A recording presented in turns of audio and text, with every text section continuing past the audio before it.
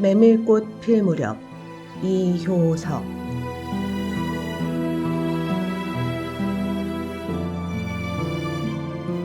여름장이란 애시당초 글러서 해는 아직 중천에 있건만 장판은 벌써 쓸쓸하고 더운 햇발이 버려놓은 전 휘장 밑으로 등줄기를 훅훅 볶는다. 마을 사람들은 거의 돌아간 뒤요.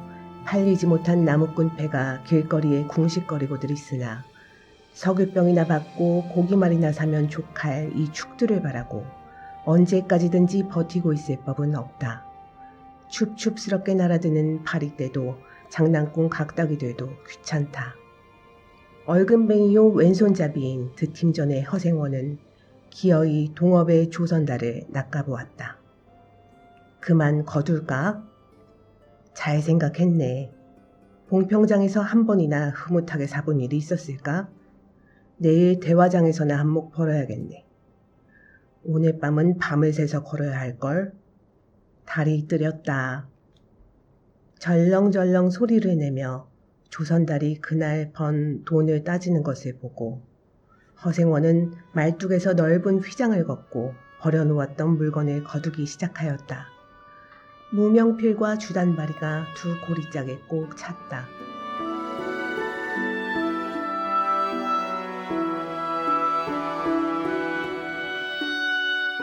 다른 축들도 벌써 거의 전들을 걷고 있었다. 약바르게 떠나는 배도 있었다. 어물장수도 땜장이도 엿장수도 생강장수도 꼴들이 보이지 않았다. 내일은 진부와 대화의 장이 선다. 죽들은 그 어느 쪽으로든지 밤을 새우며 육지심리 밤길을 타박거리지 않으면 안 된다. 장판은 잔치 뒷마당같이 어수선하게 멀어지고 술집에서는 싸움이 터져 있었다. 주정꾼 욕지거리에 섞여 계집의 앙칼진 목소리가 찢어졌다.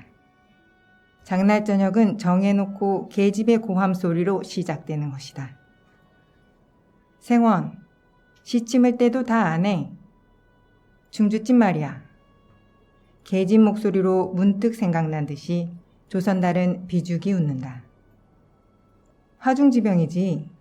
연소패들을 적수로 하고야 대거리가 돼야 말이지. 그렇지도 않을걸? 죽들이 사족을 못 쓰는 것도 사실은 사실이나 아무리 그렇다고는 해도 왜 그 동이 말이세. 감쪽같이 충주집을 후리는 치거든. 뭐? 그 애송이가?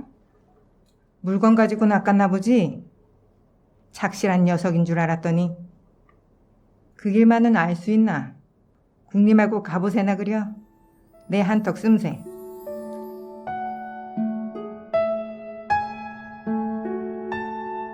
그다지 마음이 당기지 않는 것을 쫓아갔다. 허생원은 계집과는 연분이 멀었다. 얼금뱅이 상판을 쳐들고 되어설 숙기도 없었으나 계집편에서 정을 보낸 적도 없었고 쓸쓸하고 뒤틀린 반생이었다. 중주집을 생각만 하여도 철없이 얼굴이 붉어지고 발밑이 떨리고 그 자리에 소스라쳐버린다. 충주집 문을 들어서 술자석에서 짜장 동희를 만났을 때는 어찌된 서슬인지 발끈 화가 나버렸다. 상위에 붉은 얼굴을 쳐들고 제법 계집과 농탕 치는 것을 보고서야 견딜 수 없었던 것이다. 녀석이 제법 난젤꾼인데 꼴사납다. 머리에 피도 안 마른 녀석이 낮부터 술 처먹고 계집과 농탕이야. 장돌뱅이 망신만 시키고 돌아다니노나 그 꼴에 우리야 한몫 보자는 셈이지.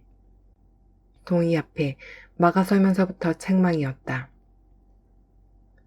걱정도 팔자요 하는 듯이 빤히 쳐다보는 상기는 눈망울에 부딪힐 때 얼결에 나귀를 하나 갈겨주지 않고는 베길 수 없었다. 동희도 화를 쓰고 팩하고 일어서기는 하였으나 허생원은 조금도 동색하는 법 없이 마음먹은 대로는 다 짓거렸다. 어디서 주워먹은 선모습인지는 모르겠으나 내게도 아비엄이 있겠지? 그 사나운 꼴 보면 마음 좋겠다. 장사란 탐탁하게 해야 되지. 계집이 다 무어야. 나가거라. 냉큼 꼴 치워. 그러나 한마디도 대거리하지 않고 하염없이 나가는 꼴을 보려니 도리어 측은히 여겨졌다. 아직도 서름서름한 사이인데 너무 과하지 않았을까 하고 마음이 섬뜩해졌다.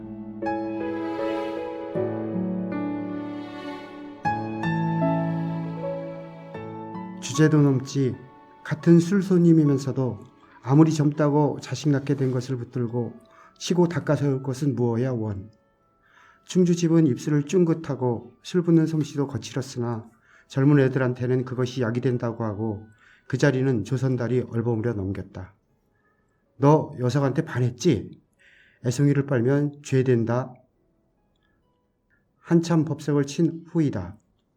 담도 생긴 데다가 웬일인지 흠뻑 취해보고 싶은 생각도 있어서 허생원은 주는 술잔이면 거의 다 들이켰다. 건화의 짐을 따라 계집 생각보다도 동희의 뒷일이 한결같이 궁금해졌다. 내 꼴에 계집을 가로채서는 어떻게 할 작정이었나 하고 어리석은 꼬락서니를 모질게 책망하는 마음도 한편에 있었다. 그러므로 얼마나 지난 뒤인지 동희가 헐레벌떡거리며 황급히 부르러 왔을 때는 마시던 잔을 그 자리에 던지고 정신없이 허덕이며 충주집을 뛰어나간 것이었다. 생원당나이가 발을 끊고 야단이에요. 각다기들 장난이지 필연코. 짐승도 짐승이려니와 동희의 마음씨가 가슴을 울렸다. 뒤를 따라 장판을 다름질하려니 거슴츠레한 눈이 뜨거워질 것 같다. 불악스런 녀석들이라 어쩌는 수 있어야죠. 나귀를 몹시 구는 녀석들은 그냥 두지는 않을걸.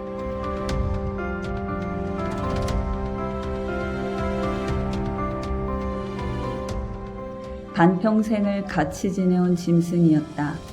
같은 주막에서 잠자고 같은 달빛에 젖으면서 장에서 장으로 걸어다니는 동안에 20년의 세월이 사람과 짐승을 함께 늙게 하였다.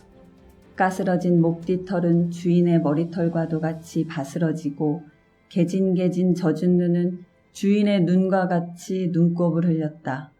몽당비처럼 짧게 슬린 꼬리는 파리를 쫓으려고 기껏 휘저어 보아야 벌써 다리까지는 닿지 않았다. 달아 없어진 굽을 몇 번이나 도려내고 새철을 신겼는지 모른다. 굽은 벌써 더 자라나기는 틀렸고 달아버린 철 사이로는 피가 빼지시 흘렀다. 냄새만 맡고도 주인을 분간하였다. 호소하는 목소리로 야단스럽게 울며 반긴다. 어린아이를 달래듯이 목덜미를 어루만져주니 나귀는 코를 벌름거리고 입을 투루루 거렸다. 콧물이 튀었다. 허생원은 짐승 때문에 속도 무더니는 썩였다. 아이들의 장난이 심한 눈치여서 땀밴 몸뚱아리가 부들부들 떨리고 좀채 흥분이 식지 않는 모양이었다. 굴레가 벗어지고 안장도 떨어졌다. 요 몹쓸 자식들 하고 허생원은 호령하였으나 패들은 벌써 주랭랑을 논 뒤요 몇 남지 않은 아이들이 호령에 놀래 비슬비슬 멀어졌다.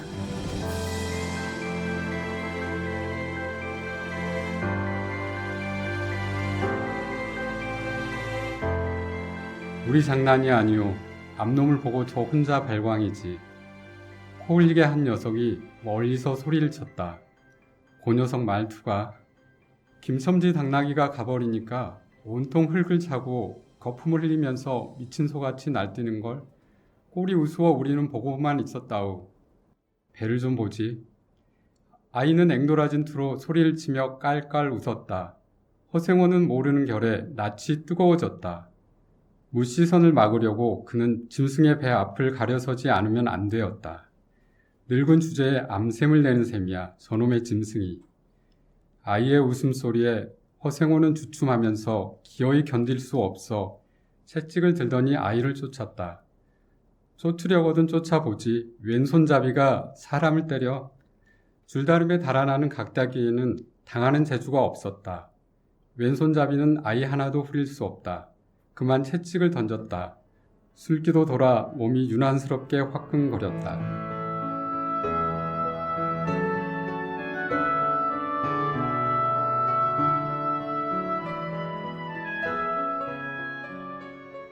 그만 떠나세. 녀석들과 어울리다가는 한이 없어. 장판의 각다기들이란 어른보다도 더 무서운 것들인걸. 조선달과 동이는 각각 제 나귀의 안장을 얹고 짐을 싣기 시작하였다. 해가 꽤 많이 기울어진 모양이었다. 드팀전 장도리를 시작한 지 20년이나 되어도 허생원은 봉평장을 빼놓은 적은 드물었다. 충주, 제천 등의 이웃군에도 가고 멀리 영남지방도 헤매기는 하였으나 강릉쯤에 물건하러 가는 외에는 처음부터 끝까지 군내를 돌아다녔다. 닷새만큼씩의 장날에는 달보다도 확실하게 면에서 면으로 건너간다. 고향이 청주라고 자랑삼아 말하였으나 고향에 돌보러 간 일도 있는 것 같지는 않았다. 장에서 장으로 가는 길에 아름다운 강산이 그대로 그에게는 그리운 고향이었다. 반날 동안이나 뚜벅뚜벅 걷고 장터 있는 마을에 거의 가까웠을 때 거친 나귀가 한바탕 우렁차게 울면 더구나 그것이 저녁녘이어서 등불들이 어둠 속에 깜빡거릴 무렵이면 늘 당하는 것이건만 허생원은 변치 않고 언제든지 가슴이 뛰놀았다.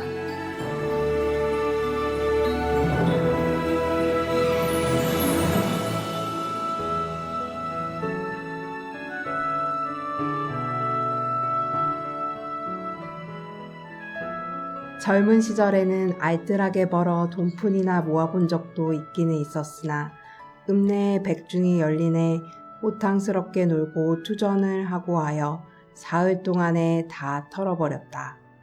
나귀까지 팔게 된 판이었으나 애끓는 정분에 그것만은 이를 물고 단념하였다.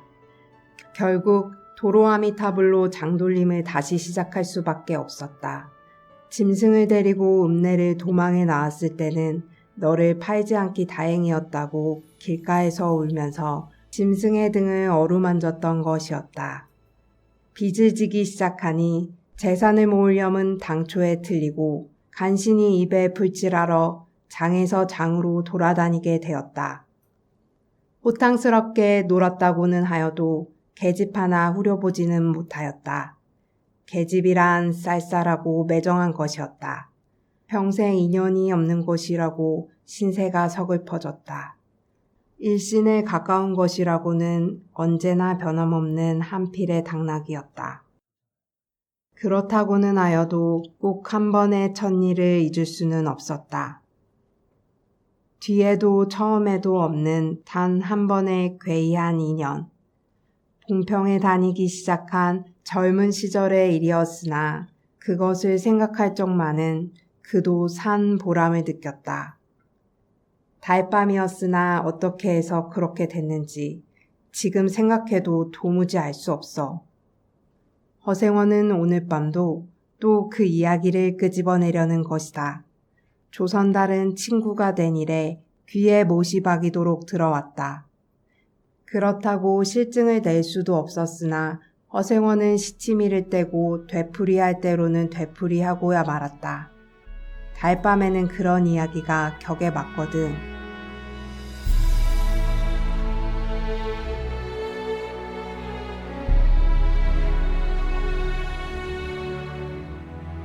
조선달편을 바라는 보았으나 물론 미안해서가 아니라 달빛에 감동해서였다.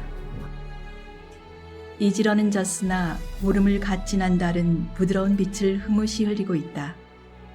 대화까지는 80리의 밤길, 고개를 둘이나 넘고 개울을 하나 건너고 벌판과 산길을 걸어야 된다. 길은 지금 긴 산허리에 걸려있다.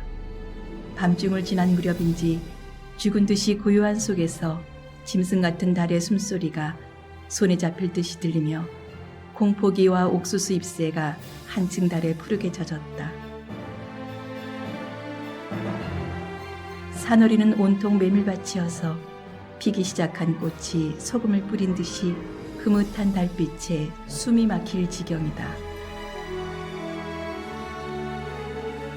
붉은 대궁이 향기같이 애잔하고 나귀들의 걸음도 시원하다. 길이 좁은 까닭에 세 사람은 나귀를 타고 외줄로 늘어섰다. 방울소리가 시원스럽게 딸랑딸랑 메밀밭계로 흘러간다. 앞장선 허생원의 이야기 소리는 옥문이에 선 동희에게는 확적히는 안 들렸으나 그는 그대로 개운한 제멋에 적적하지는 않았다. 장선 꼭 이런 날 밤이었네. 객주집 토방이란 무더워서 잠이 들어야지. 밤중은 돼서 혼자 일어나 개울가에 목욕하러 나갔지.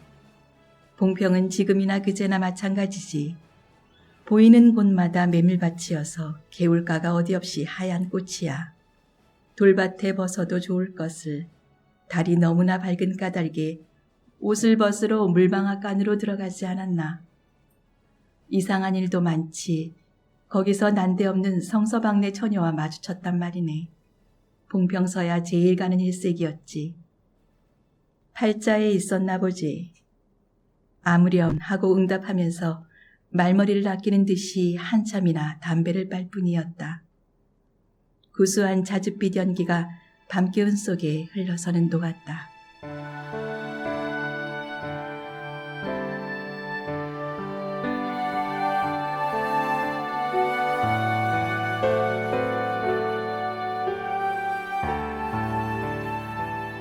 날 기다린 것은 아니었으나 그렇다고 달리 기다리는 눈팽이가 있는 것도 아니었네. 처녀는 울고 있단 말이야.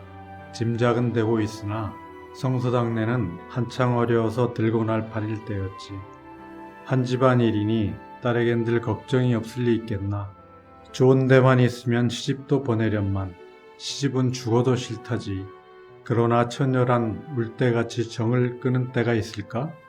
처음에는 놀라기도 한 눈치였으나 걱정 있을 때는 누그러지기도 쉬운 듯하여 이럭저럭 이야기되었네. 생각하면 무섭고도 기막힌 밤이었어. 제천인지로 주랭랑을 놓은 건 그 다음 날이렸다. 다음 장도막에는 벌써 온 집안이 사라진 뒤였네. 장파는 소문이 발끈 뒤집혀 오죽해야 술집에 팔려가기가 상수라고 처녀의 뒷공론이 자자들하단 말이야. 제천 장판을 몇 번이나 뒤졌겠나. 하지만 처녀의 꼴은 꽁구워 먹은 자리야. 첫날 밤이 마지막 밤이었지. 그때부터 봉평이 마음에 든 것이 반평생을 두고 다니게 되었네. 반평생인들 잊을 수 있겠나? 수 좋았지. 그렇게 신통한 일이란 쉽지 않아. 항용 못난 것 얻어 새끼 낳고 걱정 늘고 생각만 해도 진저리가 나지. 그러나 늙음악바지까지 장돌뱅이로 지내기도 힘든 노릇 아닌가. 난 가을까지만 하고 이 생계와도 하직하려네. 대화쯤에 조그만 전빵이나 하나 버리고 식구들을 부르겠어. 사시장천 뚜벅뚜벅 걷기란 여간이래야지. 예처녀나 만나면 같이나 살까. 난 거꾸러질 때까지 이 길 걷고 저 달 볼 테야.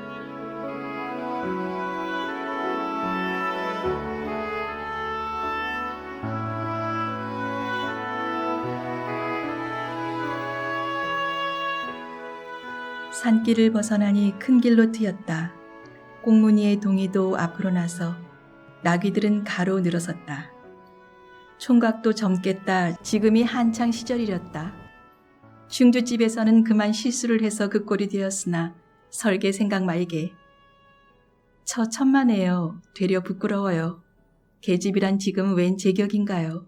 자나깨나 어머니 생각뿐인데요. 허생원의 이야기로 시심이 한 끝이라 동희의 어조는 한풀 수그러진 것이었다. 아비엄이란 말에 가슴이 터지는 것도 같았으나 제겐 아버지가 없어요. 피부치라고는 어머니 하나뿐인걸요. 돌아가셨나? 애초부터 없어요.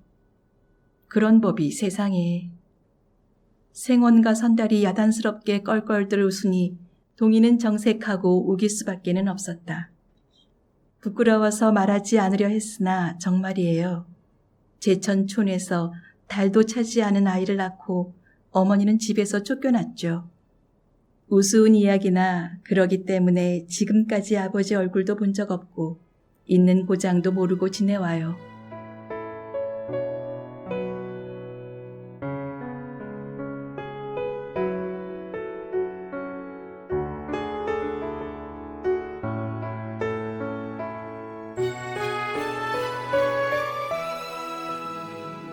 고개가 앞에 놓인 까닭에 세 사람은 나귀를 내렸다. 둔덕은 험하고 입을 벌리기도 대근하여 이야기는 한동안 끊겼다. 나귀는 건듯하면 미끄러졌다. 허생원은 숨이 차 몇 번이고 다리를 쉬지 않으면 안 되었다. 고개를 넘을 때마다 나이가 알렸다. 동이 같은 젊은 축이 그지없이 부러웠다. 땀이 등을 한바탕 쭉 씻어내렸다. 고개 너머는 바로 개울이었다. 장마에 흘겨버린 널다리가 아직도 걸리지 않은 채로 있는 까닭에 벗고 건너야 했다. 고이를 벗어 띠로 등에 얽어매고 반 벌거숭이의 우스꽝스러운 꼴로 물속에 뛰어들었다. 금방 땀을 흘린 뒤였으나 밤물은 뼈를 찔렀다. 그래, 대체 기르긴 누가 기르고. 어머니는 하는 수 없이 의부를 얻어가서 술 장사를 시작했죠. 술이 고줄해서 의부라고 전망난이에요. 철들어서부터 맞기 시작한 것이 하룬들 편한 날 있었을까. 어머니는 말리다가 차이고 맞고 칼부림을 당하고 하니 집골이 무엇겠소. 18살 때 집을 뛰쳐나가서부터 이 짓이죠. 총각 낯세론 동이 묻어나다고 생각했더니 듣고 보니 딱한 신세로군.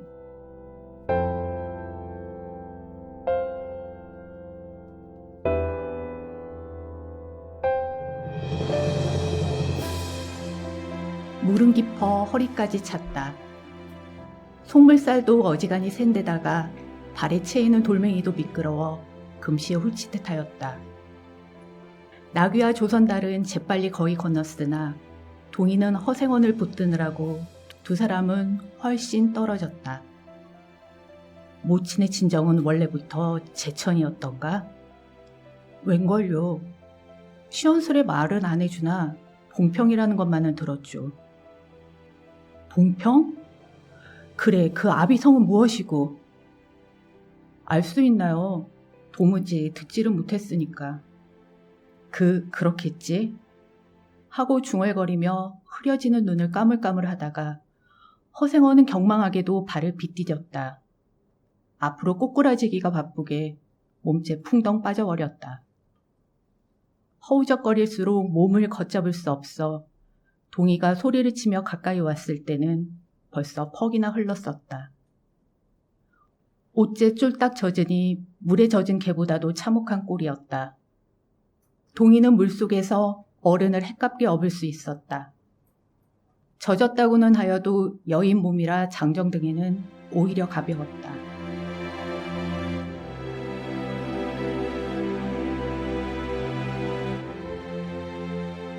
이렇게까지 해서 안 됐네. 내 오늘은 정신이 빠진 모양이야. 염려하실 것 없어요. 그래, 모치는 아비를 찾지는 않는 눈치지. 늘 한 번 만나고 싶다고는 하는데요. 지금 어디 계신가? 의부와도 갈라져서 제천에 있지요. 가을에는 봉평에 모셔오려고 생각 중인데요. 이를 물고 벌면 이럭저럭 살아갈 수 있겠지요. 아무렴 기특한 생각이야. 가을이랬다. 동이의 탐탁한 등어리가 뼈에 사무쳐 따뜻하다. 물을 다 건넜을 때는 도리어 서글픈 생각에 좀 더 업혔으면 더 하였다. 진종일 실수만 하니 웬일이요 생원. 조선달은 바라보며 기어코 웃음이 터졌다. 나귀야, 나귀 생각하다 실족을 했어. 말 안 했던가? 적골에 제법 새끼를 얻었단 말이지. 읍내 강릉집 피마에게 말일세. 귀를 쫑긋 세우고 달랑달랑 뛰는 것이 나귀 새끼같이 귀여운 것이 있을까? 그것 보러 나는 일부러 읍내를 도는 때가 있다네. 사람을 물에 빠뜨릴 땐 나는 대단한 나귀 새끼군.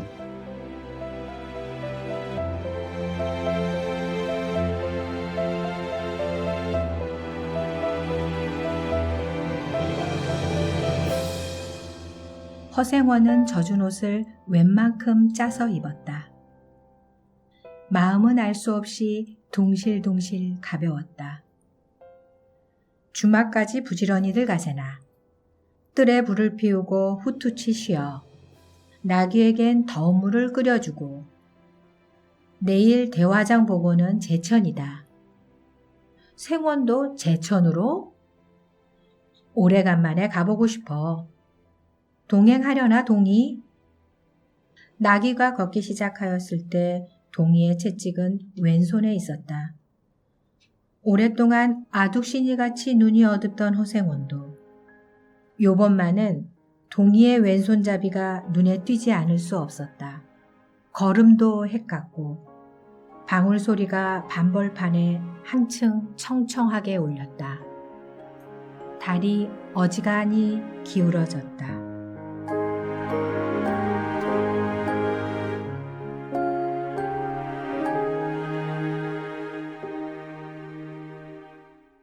이호석의 메밀꽃 필 무렵. 지금까지 낭독의 박은정, 김경화, 유지연, 박정순, 지영숙, 방홍기, 박신혜, 김주리, 김경선, 송상길, 이지원, 정경희, 김현수, 송종숙이었습니다.